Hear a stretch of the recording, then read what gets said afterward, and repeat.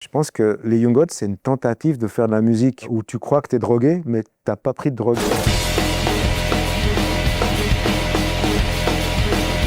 Je dis, je suis un anticapituliste. Le U est très important. Je n'ai pas encore eu ma midlife crisis, donc ça veut dire que je vais encore vivre très longtemps. Salut tout le monde, c'est Franz Streichler, des Young Gods. Et là, on va faire un trip dans le passé, les Young Gods, dans le présent et dans l'avenir.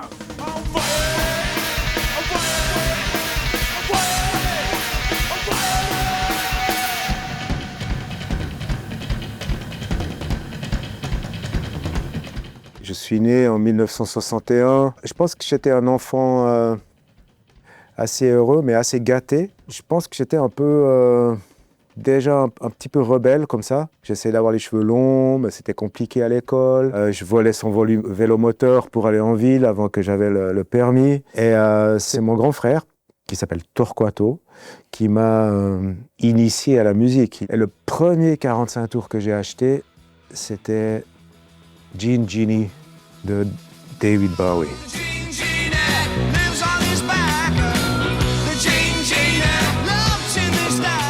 J'avais vu la vidéo à la télé, j'avais trouvé ça génial. Et c'était mon premier 45 tours, avec mon argent. J'avais un ami de mon frère qui jouait dans un band. Et c'était déjà un peu progressive rock, post-Pink Floyd, comme ça, guitare électrique. Et j'allais chez lui pour apprendre la guitare électrique. J'ai commencé par un peu la guitare électrique, avec les pédales, l'écho, pédale Space Echo, Distortion, et je trouvais que c'était un monde incroyable. Mon guitare héros, c'était David Gilmour, de Pink Floyd.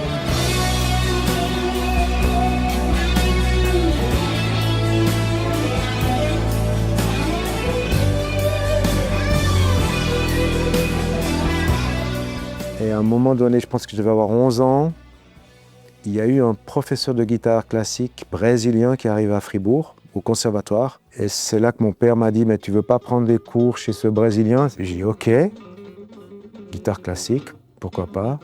Et en fait, après, j'ai fait 12 ans de guitare classique, en parallèle à la guitare électrique. À 15 ans, je faisais un groupe un peu punk, 15-16 ans comme ça. Johnny Fogler and the Raclette Machine. À l'époque, c'était Kurt Vogler, l'ennemi public numéro 1. Johnny Fogler and the Raclette Machine, un nom typiquement punk, mais ça n'a pas duré longtemps le groupe. Après, on a vite passé à du post-punk et c'est devenu Geoff and the Ram.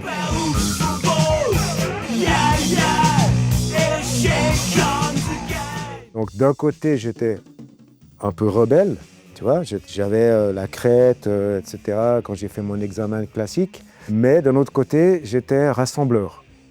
Parce que j'ai toujours pensé que la musique, c'est quelque chose qui rassemble les gens.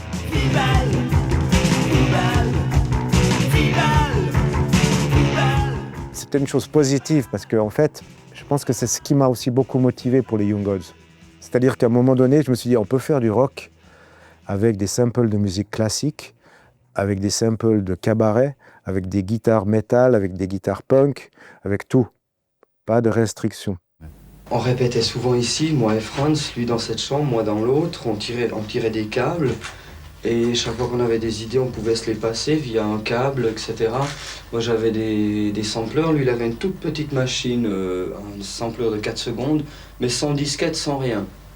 Et on a démarré avec ça. Le sampler en français c'est un échantillonneur, c'est-à-dire que tu digitalises un son. Par exemple, si tu as une note de guitare, tu as une guitare sur ton clavier et tu peux le descendre.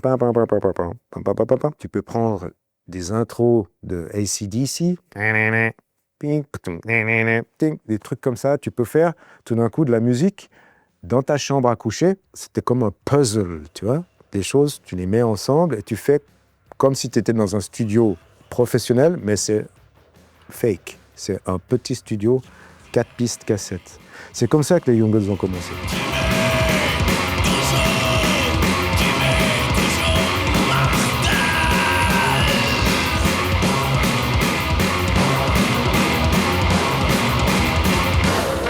Alors je me rappelle quand j'ai reçu mon premier single envoyé, la première fois que j'ai eu envoyé.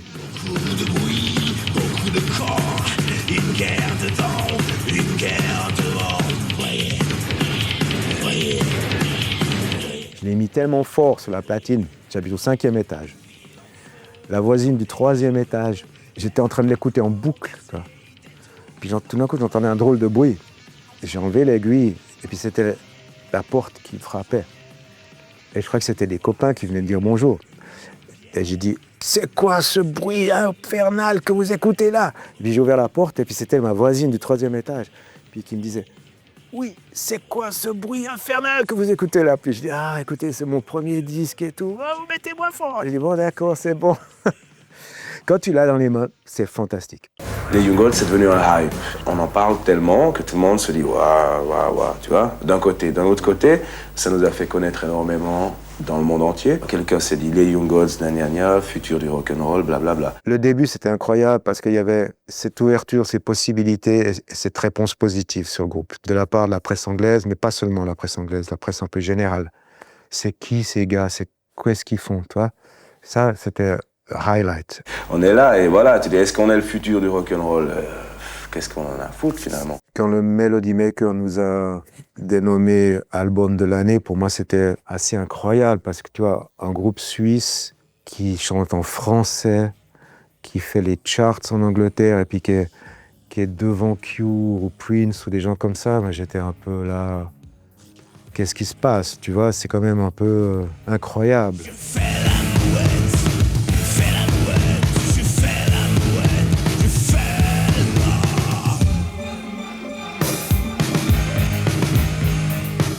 Pour moi, les Young Gods, ça a toujours été un synonyme des êtres humains, c'est-à-dire tous les êtres humains aspirent à quelque chose d'un peu plus supérieur. On est tous des jeunes dieux.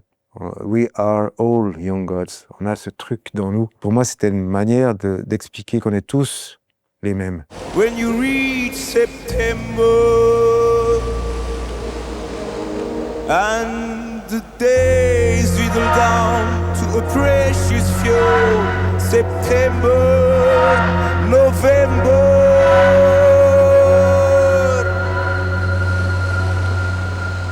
Je compare souvent la musique des Young Gods à un volcan. Un volcan, c'est violent, mais c'est une chaleur, c'est un truc qui est lent, mais qui avance, mais qui montre à quel point l'homme est petit, tu vois. C'est des choses comme ça, je pense que ce truc un peu, comme tu dis, brachial.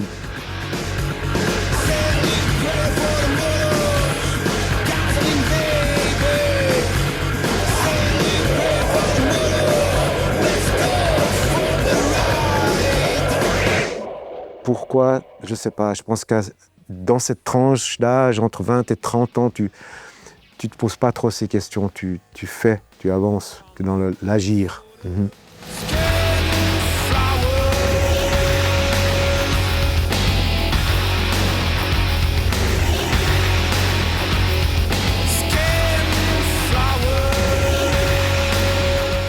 On a commencé à faire beaucoup de tournées. Des concerts partout, dans toute l'Europe et ensuite dans les États-Unis.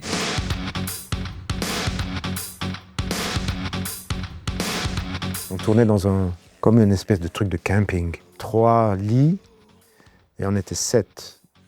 Donc on s'arrêtait dans les motels et on prenait 2 chambres à 2 lits et il y a 3 qui dormaient dans le camping-car et puis on faisait des tournus. Donc on jouait dans des petits clubs, c'était la découverte. On a fait beaucoup de kilomètres. C'était incroyable.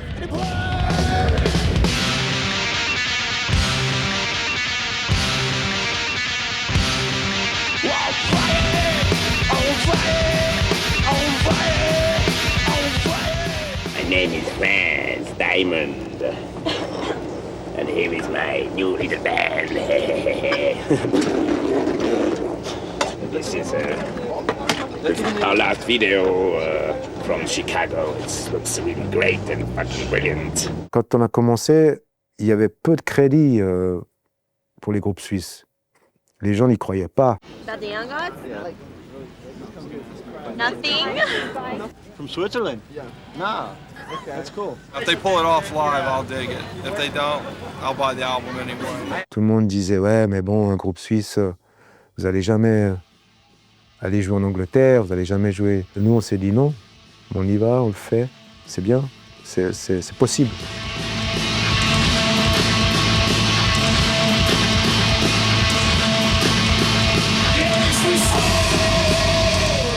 Donc on s'est rendu compte que si on voulait percer dans le marché américain, il fallait qu'on s'installe là-bas, qu'on devienne américain et qu'on fasse ça, tourner pendant 3-4 ans, parce que avec une musique aussi spéciale que les Young Gods ou que Nine Inch Nails, tu vas pas le faire autrement qu'en commençant dans les clubs, puis en montant. Donc on s'est dit, c'est pas nous ça. Et après on est revenu sur une situation de plus de do-it-yourself. On a quitté le monde corporate pour faire, avec notre manager nous a proposé de faire un label, et puis on s'est dit, on reste un petit peu plus dans un système indépendant.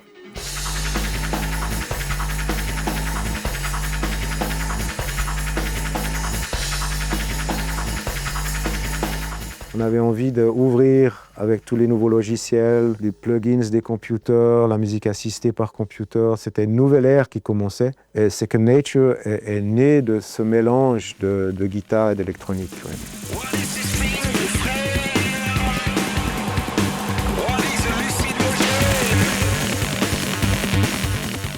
Je pense que les Young Gods, c'est une tentative de faire de la musique où tu crois que tu es drogué, mais tu n'as pas pris de drogue. C'est beaucoup plus intéressant d'arriver à suggérer ça aux gens, de les amener dans un état qui est différent que l'état de tous les jours, mais sans prendre de drogue. C'est ça qui est beaucoup plus intéressant.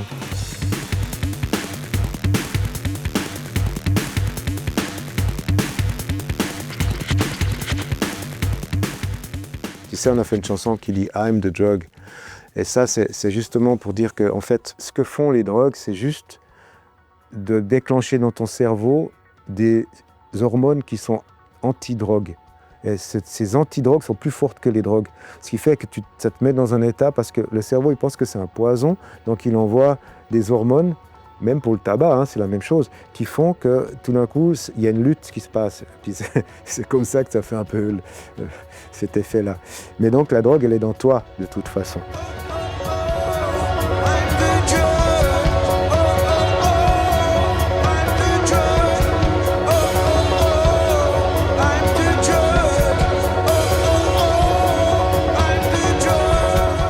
J'ai beaucoup aimé avoir 30 ans. Ça m'a fait un cap où je me suis dit, attends, c'est toi, essaye pas d'être quelqu'un d'autre. Tu as 30 ans maintenant, ça fait 7 ans que tu fais cette musique. Voilà, c'est super, ça se passe. Ça m'a fait un clic. J'ai pas encore eu ma midlife crisis, donc ça veut dire que je vais encore vivre très longtemps.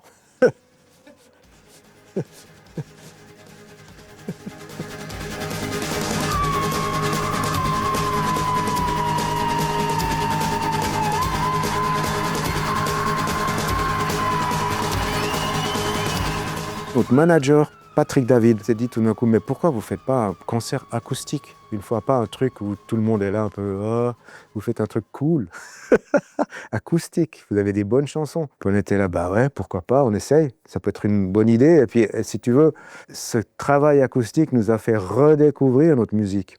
Et tu avais des gens qui venaient après le concert qui nous disaient, je ne savais pas que vous étiez des bons musiciens. Hey Fred.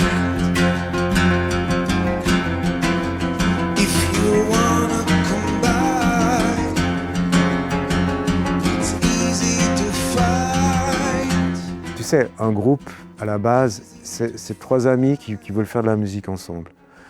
Alors là, le groupe, il a quand même changé beaucoup de line-up, mais les amitiés, elles sont quand même restées, tu vois. Des moments, les gens sortent, c'est comme un peu appear, disappear, comme le dernier album, tu vois. Les gens viennent, repartent, reviennent.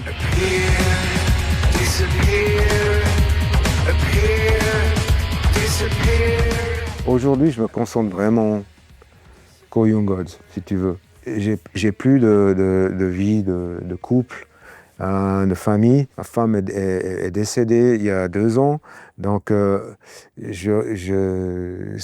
fait, c'est aussi un peu ma bouée, dans le sens où je suis hyper content qu'il y ait ça, parce que c'est une énergie positive que je garde. Et puis je pense que ça m'aide à avoir un but dans la vie, effectivement.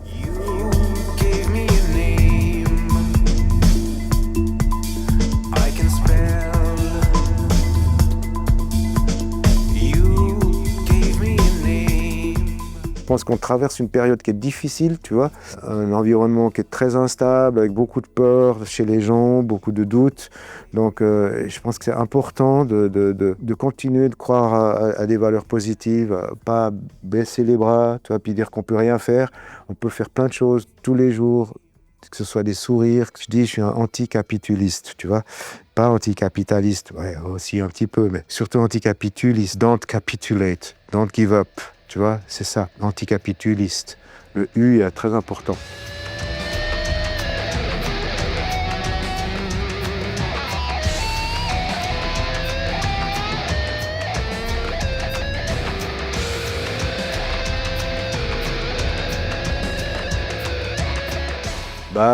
Qu'est-ce que dans 20 ans, quand j'aurai 80 ans, c'est là que je vais faire ma crise de midlife crisis. Hein? Ce sera le moment.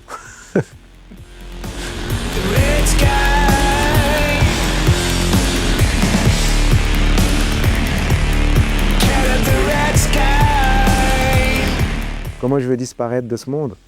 Heureux. C'est ça que j'aimerais disparaître, heureux. Love is here. And I can feel it. Le futur, c'est aussi un concept abstrait. Le futur, ça n'existe pas, tu vois. C'est quelque chose qu'on a dans nos têtes. Donc on peut faire des anticipations, mais ça ne veut pas dire grand-chose. I just feel like